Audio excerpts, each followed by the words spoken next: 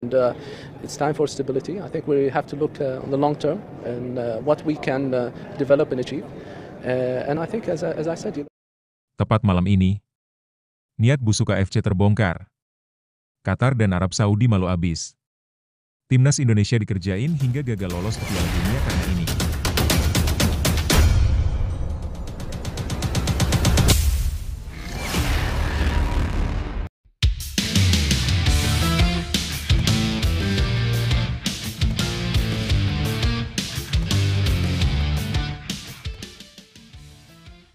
Tepat malam ini, niat busuk AFC terbongkar. Qatar dan Arab Saudi malu abis. Timnas Indonesia dikerjain hingga gagal lolos ke Piala Dunia karena ini. Tapi, Mimin minta tolong tonton video ini sampai selesai, agar tidak ada kesalahpahaman yang terjadi. Dan tak bosan-bosan juga, tolong like dan share video ini ke media sosial kalian agar semua orang tahu apa yang sedang terjadi.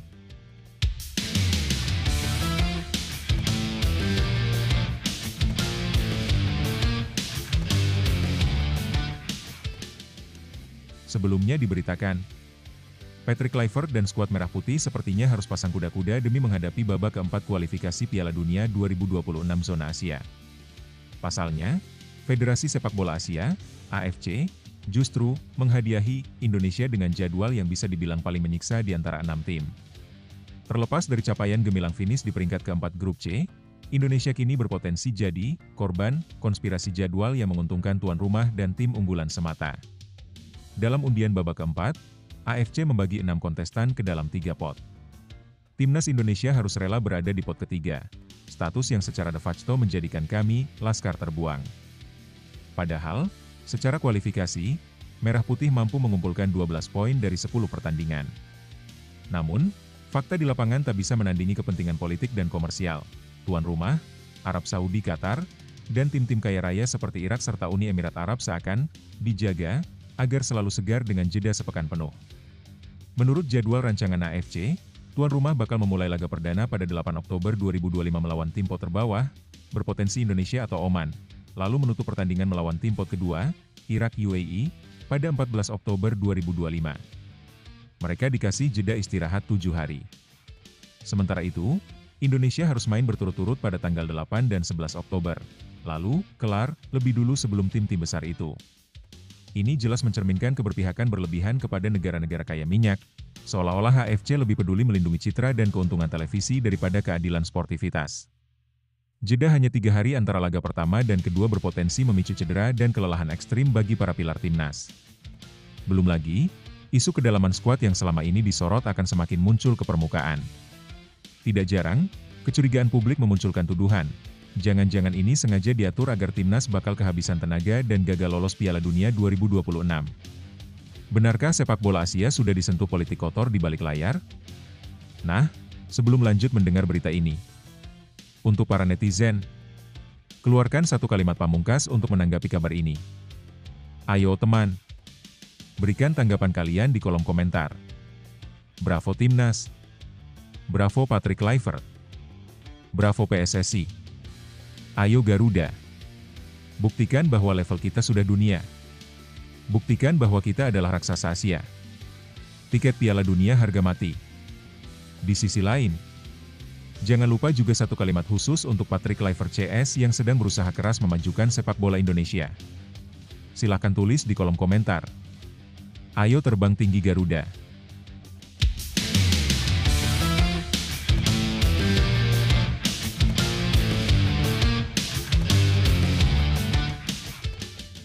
Mari kita lanjut teman-teman. Meski jadwal terasa timpang, semangat pantang menyerah harus jadi modal utama. AFC mungkin mendukung tim-tim kaya, tapi PSSI dan supporter harus bersatu menekan agar hak timnas tak terampas. Jika tim-tim papan bawah Asia lain berani bangkit, mengapa Merah Putih tidak? Mungkin, ini saatnya PSSI buka suara keras-keras, usut tuntas kejanggalan jadwal, desa pertemuan darurat dengan AFC, atau ancam mundur dari kompetisi demi menegakkan prinsip fair play. Sangat jelas bahwa Indonesia jadi satu-satunya kontestan di luar 100 besar FIFA yang diperas waktu istirahatnya. Publik pun pantas menuntut penjelasan. Apakah ini bagian dari skema jangka panjang untuk menahan laju sepak bola Indonesia, atau semata-mata keteledoran administratif? Satu hal yang pasti, bukannya mendapat kemudahan, timnas justru harus berjuang 2 kali lipat untuk meloloskan diri. Jika terbukti ada unsur diskriminasi jadwal, bukan tak mungkin gema protes supporter akan mengguncang markas AFC hingga gedung FIFA di Zurich.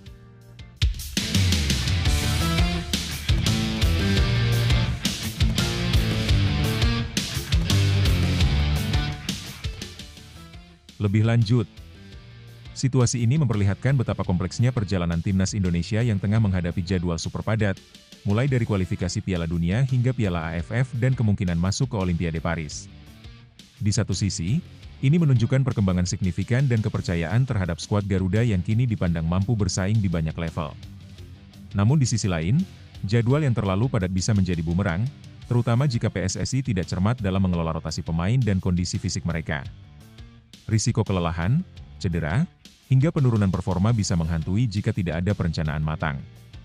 Yang lebih mengkhawatirkan lagi, kompetisi domestik seperti Liga 1 dan Liga 2 bisa terganggu, karena banyak klub akan kehilangan pemain inti mereka.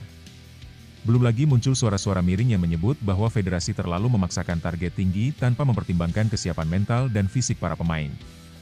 Kalau tidak segera ditangani secara strategis, jadwal padat ini bisa justru menjadi titik balik yang membuat grafik naik timnas justru menukik tajam.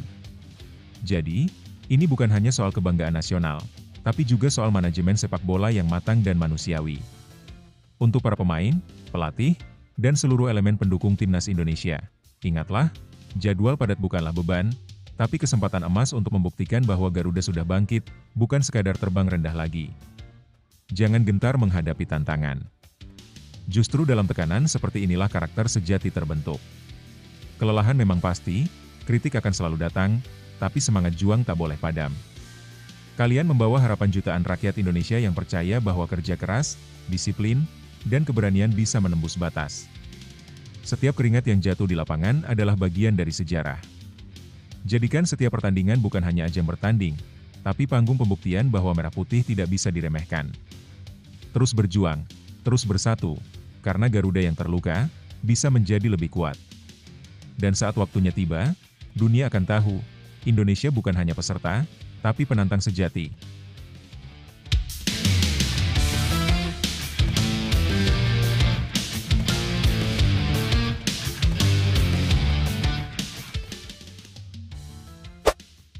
Kevin Dix janjikan kebangkitan usai cedera saat hadapi Jepang bersama timnas Indonesia. Bek timnas Indonesia, Kevin Dix, menyampaikan komitmennya untuk kembali lebih kuat setelah mengalami cedera dalam laga menghadapi Jepang pada babak kualifikasi Piala Dunia 2026 zona Asia. Dalam pertandingan yang berlangsung di Stadion Saitama, Selasa, 10 Juni 2025, Kevin dipercaya turun sebagai starter oleh pelatih Patrick Kluivert. Ia mengisi posisi bek kanan dalam formasi utama Garuda. Namun, laga tersebut menjadi mimpi buruk bagi Kevin dan tim. Jepang tampil sangat dominan sejak awal pertandingan, dan berhasil unggul 2 gol hanya dalam waktu 20 menit. Daichi Kamada serta Takefusa Kubo mencatatkan nama mereka di papan skor. Petaka berlanjut untuk timnas Indonesia. Pada menit ke-27, Kevin harus ditarik keluar karena mengalami cedera. Ia digantikan oleh Yakob Sayuri. Tak sampai di situ, Yakob yang baru beberapa menit bermain juga mengalami cedera dan harus digantikan oleh Marcelino Ferdinand pada menit ke-42. Kondisi kacau tersebut membuat permainan timnas Indonesia tak berkembang. Jepang tanpa ampun menambah 4 gol lagi dan menutup pertandingan dengan kemenangan telak 6-0. Usai pertandingan, Kevin mencurahkan isi hatinya melalui akun Instagram pribadinya. Ia mengaku kecewa dengan hasil yang sangat menyakitkan, namun tetap menjaga semangat untuk bangkit. Ini hari yang sangat berat, tulis Kevin. Kekalahan besar dan cedera membuat saya harus keluar lebih cepat. Tapi kami akan tetap tegar dan fokus pada tantangan berikutnya. Meski menderita kekalahan telak, timnas Indonesia tetap lolos ke putaran keempat kualifikasi Piala Dunia 2026 zona Asia. Tahap tersebut akan digelar mulai Oktober mendatang. Kevin menyatakan bahwa skuad Garuda akan membawa semangat baru untuk menatap babak berikutnya. Ia juga menyampaikan terima kasih kepada para pendukung yang tak henti memberi semangat. Ada banyak pelajaran yang kami petik dalam beberapa pekan terakhir. Kami akan membawa hal-hal positif itu ke babak selanjutnya, ujarnya. Terima kasih atas dukungan kalian. Kami akan bangkit dan tampil lebih kuat. Dengan semangat yang tidak padam dan dukungan yang terus mengalir dari para supporter, Kevin Dix dan rekan-rekannya bertekad untuk tampil lebih solid dan memberikan yang terbaik demi mimpi tampil di Piala Dunia 2026. Lebih lanjut, situasi yang dialami Kevin Dix dan timnas Indonesia saat menghadapi Jepang menjadi gambaran jelas bahwa mental dan kedalaman skuad masih menjadi tantangan serius. Cedera beruntun yang menimpa Kevin dan Yakob Sayuri di babak pertama membuat kondisi tim makin tidak stabil. Dalam sepak bola level internasional, kehilangan dua pemain dalam tempo singkat bisa mempengaruhi struktur permainan secara drastis. Kekalahan telak 6-0 seharusnya bukan hanya dilihat sebagai hasil pertandingan, tapi sebagai sinyal bahwa masih ada ketimpangan kualitas antara Indonesia dan tim papan atas Asia seperti Jepang. Namun di balik hasil buruk itu, masih ada sisi positif, lolosnya Indonesia ke babak keempat kualifikasi. Ini menunjukkan bahwa perkembangan tetap ada, walau belum sempurna. Kevin Dix yang berani menyampaikan pesan terbuka dan janji bangkit menunjukkan karakter kepemimpinan yang patut diapresiasi. Tapi janji saja tak cukup, perlu pembuktian nyata di lapangan. Dan timnas butuh lebih dari sekadar semangat. Mereka butuh strategi yang matang, rotasi pemain yang lebih siap, dan kondisi fisik yang benar-benar terjaga. Pertandingan ini harus menjadi pelajaran keras bagi seluruh tim, bahwa untuk bersaing di level Asia, ketahanan fisik, kedalaman taktik, dan mental baja adalah harga mati. Jangan biarkan satu kekalahan menenggelamkan semangat perjuangan. Setiap petarung sejati tahu bahwa jalan menuju keberhasilan penuh dengan rintangan, cedera, dan luka, tapi justru dari sanalah kekuatan sejati terbentuk. Untuk Kevin Dix dan seluruh skuad timnas Indonesia, kalian sudah menembus babak keempat, sesuatu yang belum lama ini hanya menjadi mimpi. Cedera dan kekalahan hanyalah ujian, bukan akhir. Yang membedakan tim besar dengan yang biasa-biasa saja adalah kemampuan untuk bangkit, belajar, dan membalas di kesempatan berikutnya. Ingat, bangsa ini ada di belakang kalian. Suara dukungan dari tribun, dari layar TV, hingga media sosial bukan sekadar sorakan, itu doa dan harapan jutaan rakyat Indonesia. Jadikan rasa sakit ini sebagai bahan bakar, dan jadikan Oktober sebagai panggung pembuktian.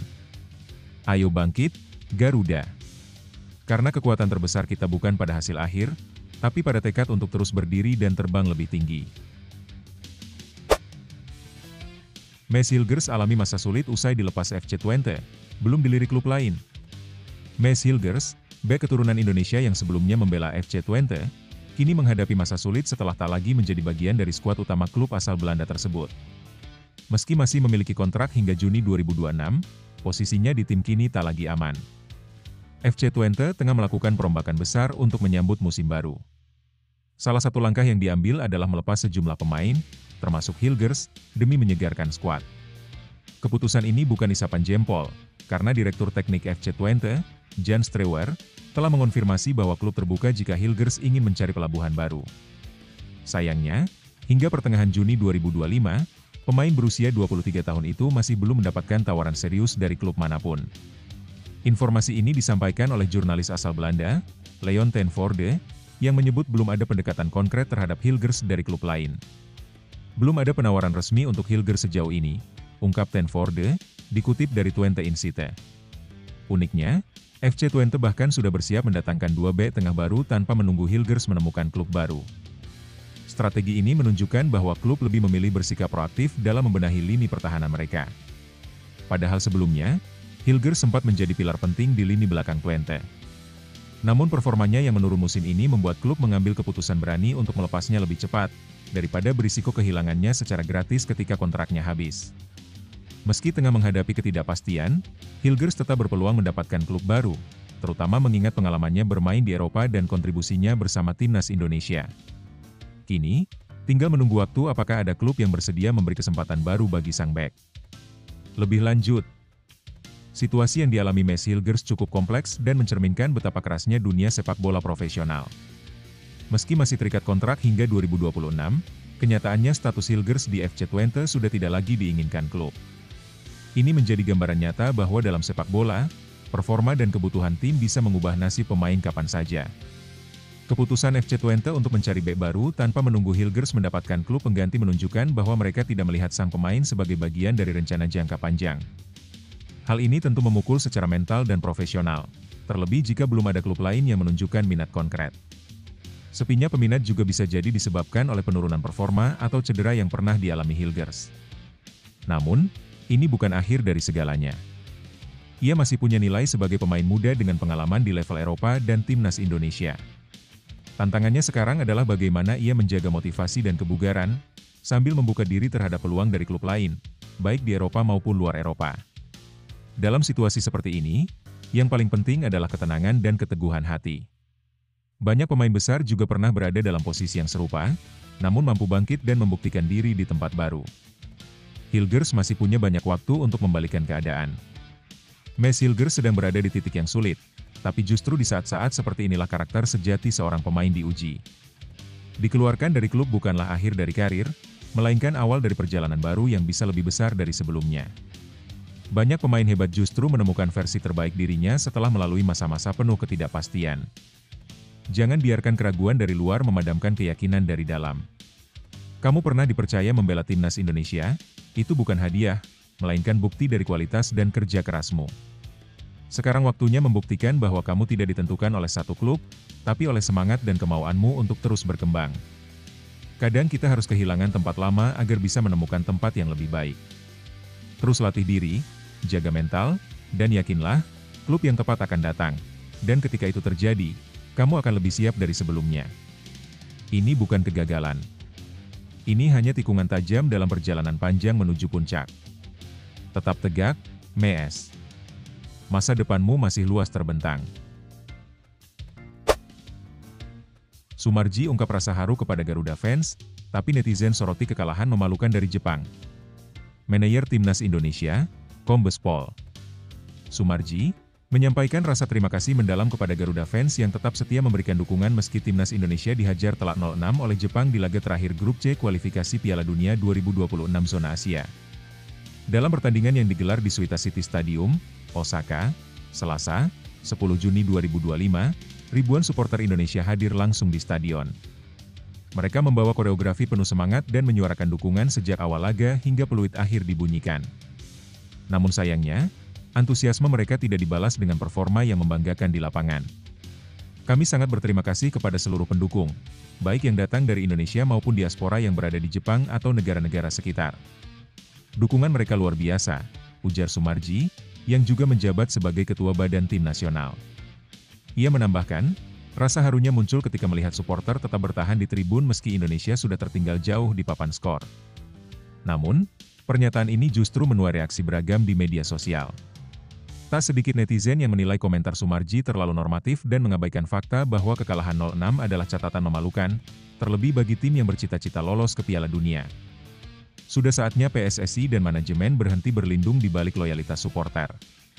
Kekalahan ini bukan hanya soal skor, tapi soal harga diri, tulis salah satu komentar yang viral di platform X, dulu Twitter. Tak hanya itu, rumor tak sedap pun mulai beredar. Kabar bahwa pelatih kepala Patrick Kluivert mempertimbangkan mundur usai kekalahan ini semakin memperkeruh suasana. Meski belum dikonfirmasi resmi, tekanan terhadap ex-legenda Belanda itu semakin besar, terutama dari publik sepak bola dalam negeri yang merasa timnas minim arah permainan. Sumarji pun menyampaikan permintaan maaf atas hasil buruk tersebut. Ia menegaskan bahwa pihaknya akan melakukan evaluasi menyeluruh. Kami sadar hasil ini tidak memuaskan. Kami mohon maaf, dan kami berkomitmen untuk memperbaiki segalanya demi mengangkat nama bangsa. Tujuan kami tetap, membawa Indonesia ke Piala Dunia, katanya. Namun, sebagian pengamat menilai ucapan tersebut klise dan berulang kali diutarakan setiap kali timnas menelan kekalahan. Mereka mempertanyakan konsistensi program pembinaan jangka panjang yang sering hanya sebatas wacana. Pernyataan Sumarji, yang awalnya dimaksudkan sebagai bentuk empati, justru memicu perdebatan. Apakah loyalitas supporter harus terus dijadikan tameng atas kegagalan sistemik dalam sepak bola nasional? Ataukah sudah saatnya pengurus PSSI dan manajer timnas mulai berani menerima kritik dengan solusi nyata, bukan sekadar ucapan klise yang diulang setiap musim?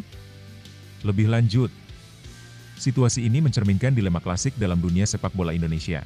Semangat dan loyalitas luar biasa dari supporter tidak diimbangi oleh kualitas dan hasil dari tim nasional. Ribuan Garuda fans datang jauh-jauh, bahkan menyiapkan koreografi dan sorakan penuh semangat, namun dibalas dengan kekalahan telak yang menyakitkan.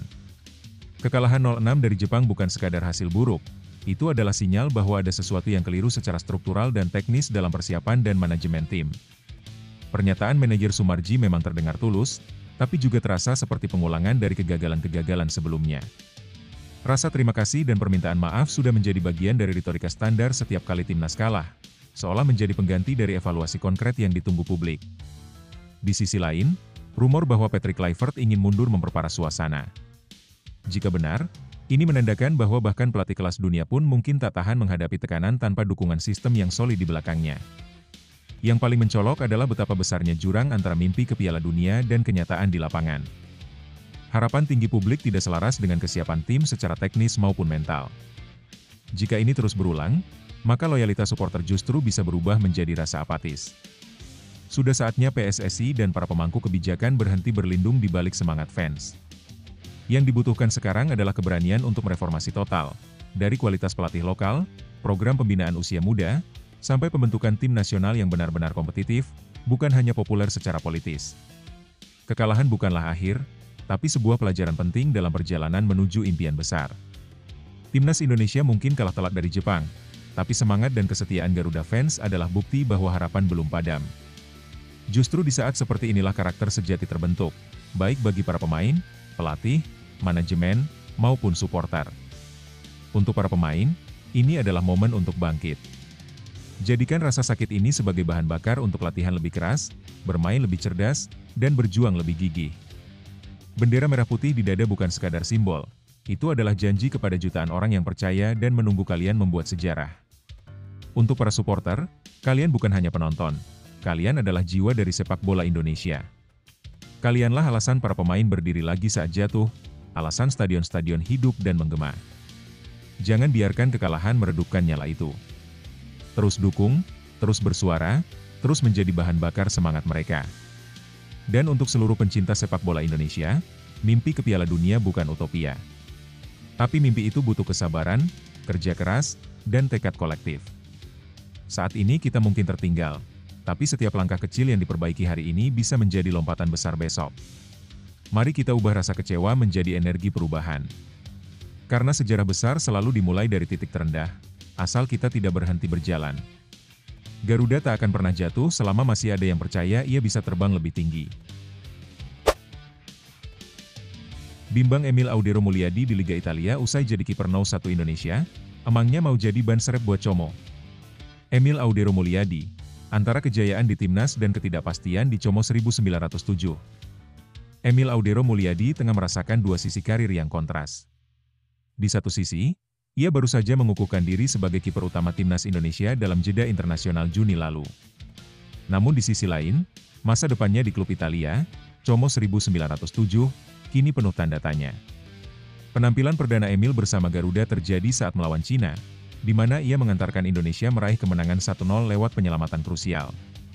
Aksi gemilang itulah yang membuat Patrick Kluivert kembali menurunkannya saat menghadapi Jepang, menggantikan posisi Martin Paes yang sebelumnya menjadi pilihan utama. Dari dua laga tersebut, Emil mencatatkan clean sheet dan menahan laju 8 tendangan lawan, mempertebal reputasinya di level internasional. Namun realitas di Serie A tak seindah itu. Musim 2024-25, Emil pindah dari Inter Milan ke Como 1907 dengan predikat sebagai kiper utama pilihan CSC Fabregas. Sayangnya, performa inkonsisten klub membuat pelatih beralih ke sosok veteran Pepe Reina pada pekan ke-11. Belum juga menepi, manajemen yang dipegang pengusaha Hartono bersaudara menambah stok kiper dengan mendatangkan Jean Butes dari Belgia pada Januari lalu. Alhasil, Emil terdepak ke posisi kedua dan dipinjamkan ke Palermo di Serie B, di mana ia justru menyapu bersih 15 pertandingan. Kini, dengan masa pinjaman usai dan Reina memutuskan pensiun, Como sebenarnya membutuhkan sosok cadangan. Namun bagi Emil yang baru saja merasakan sorotan di ajang internasional, kembali berperan sebagai pelapis di klub tanpa agenda Eropa terasa kurang menjanjikan. Terlebih, Martin Paes menunjukkan konsistensi sebagai pilihan utama FC Dallas di MLS, yang bisa memengaruhi keputusan Kluivert di timnas. Reza Arya, kiper cadangan lainnya di timnas, memuji kedewasaan Emil. Dia selalu tenang dan profesional, patut jadi contoh, ujarnya. Lantas, apakah Emil akan bertahan di Eropa, mencari klub lain, atau memilih pulang ke Indonesia demi menikmati menit bermain lebih banyak? Keputusan musim depan akan jadi penentu arah karir kiper 28 tahun ini.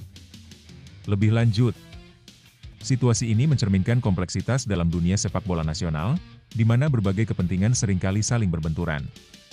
Ketika publik dan penggemar bereaksi terhadap jadwal padat atau keputusan kontroversial, Itu menunjukkan bahwa ekspektasi terhadap tim nasional sangat tinggi.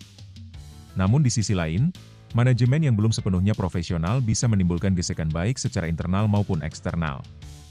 Adanya pernyataan kontroversial, kritik terbuka dari tokoh penting, atau spekulasi media memperlihatkan bahwa komunikasi antara federasi, pelatih, pemain, dan publik masih belum harmonis. Dalam situasi seperti ini, yang dibutuhkan adalah keterbukaan, evaluasi jujur, dan keputusan berani demi kemajuan jangka panjang, bukan sekadar solusi tambal sulam. Penting untuk diingat, kemajuan sepak bola bukan hanya soal menang dan kalah di lapangan, tapi juga soal integritas, perencanaan matang, dan keberanian untuk mengakui kekurangan lalu memperbaikinya secara kolektif. Jika semua pihak bisa menyatukan visi, polemik seperti ini justru bisa jadi titik balik menuju perubahan positif. Dalam setiap badai pasti ada pelangi yang menunggu di ujung. Timnas Indonesia sedang berada di tengah perjalanan panjang yang penuh tantangan, jadwal padat, tekanan publik, hingga berbagai suara sumbang. Tapi ingat, tim hebat tidak lahir dari kenyamanan. Justru dari tekanan inilah karakter sejati ditempa. Untuk para pemain, kalian bukan hanya bertanding untuk menang, tapi juga untuk menginspirasi jutaan rakyat yang menaruh harapan di pundak kalian. Gagal hari ini bukan akhir, tapi bahan bakar untuk bangkit lebih kuat besok. Untuk pelatih dan staf, teruslah berdiri tegak meski badai kritik datang. Kepercayaan diri, kerja keras, dan kesatuan visi adalah kunci untuk membawa Garuda terbang tinggi. Dan untuk para supporter, dukungan kalian bukan hanya sorak di stadion, tapi energi yang menjaga semangat tim tetap menyala. Jangan lelah percaya, karena perubahan besar dimulai dari keyakinan kecil yang terus dijaga. Garuda bukan hanya simbol, ia adalah semangat pantang menyerah. Saat semua bersatu, tak ada yang mustahil. Ayo kita buktikan, Indonesia bisa. Shin Tae-yong diisukan gantikan Branko Ivankovic sebagai pelatih timnas Cina. Asosiasi Sepak Bola Cina, CFA, resmi mengakhiri kerjasama dengan Branko Ivankovic, seusai kontrak sang pelatih berakhir. Keputusan ini diambil setelah performa Tiongkok kurang memuaskan di babak ketiga kualifikasi Piala Dunia 2026 zona Asia, termasuk kekalahan 0-1 dari Indonesia pada 5 Juni lalu di Stadion Utama Gelora Bung Karno, Jakarta. Dalam laga tersebut, satu-satunya gol dicetak ular Romeni lewat penalti menjelang jeda. Kekalahan tersebut memastikan Cina terpental dari persaingan, tertahan di posisi kelima grup C dengan raihan 9 poin, hasil dari 3 kemenangan dan 7 kekalahan dalam 10 pertandingan. Pencapaian negatif itulah yang menjadi alasan utama pemecatan Ivankovic. Selain hasil buruk, taktik Ivankovic dinilai kurang sesuai dengan karakter pemain-pemain Cina. Kini, CFA tengah memantau sejumlah kandidat pelatih anyar untuk menghadapi Piala Asia Timur yang dimulai 7 Juli 2025, termasuk kemungkinan mendatangkan Shin Tae-yong. Nama pelatih asal Korea Selatan itu muncul sebagai favorit setelah sukses memoles timnas Indonesia. Shin datang saat tim Garuda hanya meraih 2 poin di babak ketiga kualifikasi Piala Dunia 2022, namun kini berhasil mengantar Indonesia lolos ke fase gugur Piala Asia 2023, sebuah prestasi perdana bagi mereka. Dari laporan Sohu, ada 2 alasan kuat mengapa CFA tertarik pada Shin Tae-yong. Pertama, pengalamannya di level Asia membuatnya paham persaingan ketat kawasan ini. Kedua, besaran gaji Shin yang diperkirakan sekitar $600.000 per tahun, jauh lebih rendah dibandingkan upah Ivankovic sebelumnya, sehingga dianggap lebih ramah anggaran. Selain Shin, CFA juga mempertimbangkan Zheng Zi yang saat ini melatih timnas U21 Cina, serta wacana kembalinya Gao Hongbo yang pernah menangani tim senior. Namun, reputasi Shin dinilai paling menjanjikan untuk memimpin regenerasi skuad Tiongkok dalam jangka panjang. Apakah CFA akhirnya akan memilih Shin Tae-yong? Keputusan cepat memang diperlukan, mengingat agenda Piala Asia Timur sudah diambang mata. Bagi Shin, ini bisa menjadi tantangan baru setelah perjalanannya di Indonesia berbuah capaian mengesankan. Sementara bagi Cina, sosok barunya kelak diharapkan mampu mengembalikan pamor sepak bola negeri tirai bambu di kancah Asia. Lebih lanjut, situasi ini jelas mencerminkan dinamika pelik dalam dunia sepak bola Indonesia, khususnya terkait tekanan publik, ekspektasi tinggi, dan keputusan kontroversial di level federasi maupun pelatih. Ketika Shin Tae-yong disebut-sebut akan melatih tim lain seperti Cina, publik langsung bereaksi keras. Ini menunjukkan betapa besar ketergantungan kita pada sosok pelatih asing ketimbang membangun sistem yang kuat dan berkelanjutan. Federasi juga terlihat lamban dan kurang transparan dalam komunikasi, sehingga celah spekulasi makin terbuka lebar. Bukannya memberikan jaminan dan kejelasan arah timnas, mereka malah membiarkan rumor berkembang liar di media dan publik. Ini sangat kontraproduktif bagi stabilitas tim. Di sisi lain, jika benar ada tawaran dari negara lain untuk Shin Tae-yong, itu bukan sesuatu yang mengejutkan, karena kiprahnya memang mengangkat wajah sepak bola Indonesia. Namun, jika hal ini dibiarkan menjadi drama tanpa kepastian kontrak, yang dirugikan adalah pemain dan supporter yang selama ini mati-matian mendukung. Ini waktunya PSSI tegas, mau lanjutkan proyek jangka panjang atau cari pelatih baru dengan arah yang jelas. Kalau tidak, kita hanya akan terus jadi penonton dalam konflik yang tidak pernah selesai. Jangan pernah lelah mencintai timnas Indonesia, walau kadang rasanya seperti mencintai tanpa kepastian. Justru di tengah kekacauan, disitulah semangat kita diuji. Kita bukan hanya pendukung saat tim menang, kita adalah penyemangat ketika badai datang. Ingat, perubahan besar selalu lahir dari tekanan dan keraguan. Kalau hari ini tim kita digoyang isu, bukan berarti esok tak bisa bangkit lebih kuat. Pemain butuh dukungan, bukan caci maki. Pelatih perlu ruang, bukan desakan semu. Dan kita, supporter sejati, adalah nyawa dari semangat Garuda. Jadi, tetap berdiri. Tetap bersorak. Karena suatu hari nanti, ketika Indonesia angkat trofi, kita bisa bilang, aku tidak pernah berhenti percaya, Indonesia api.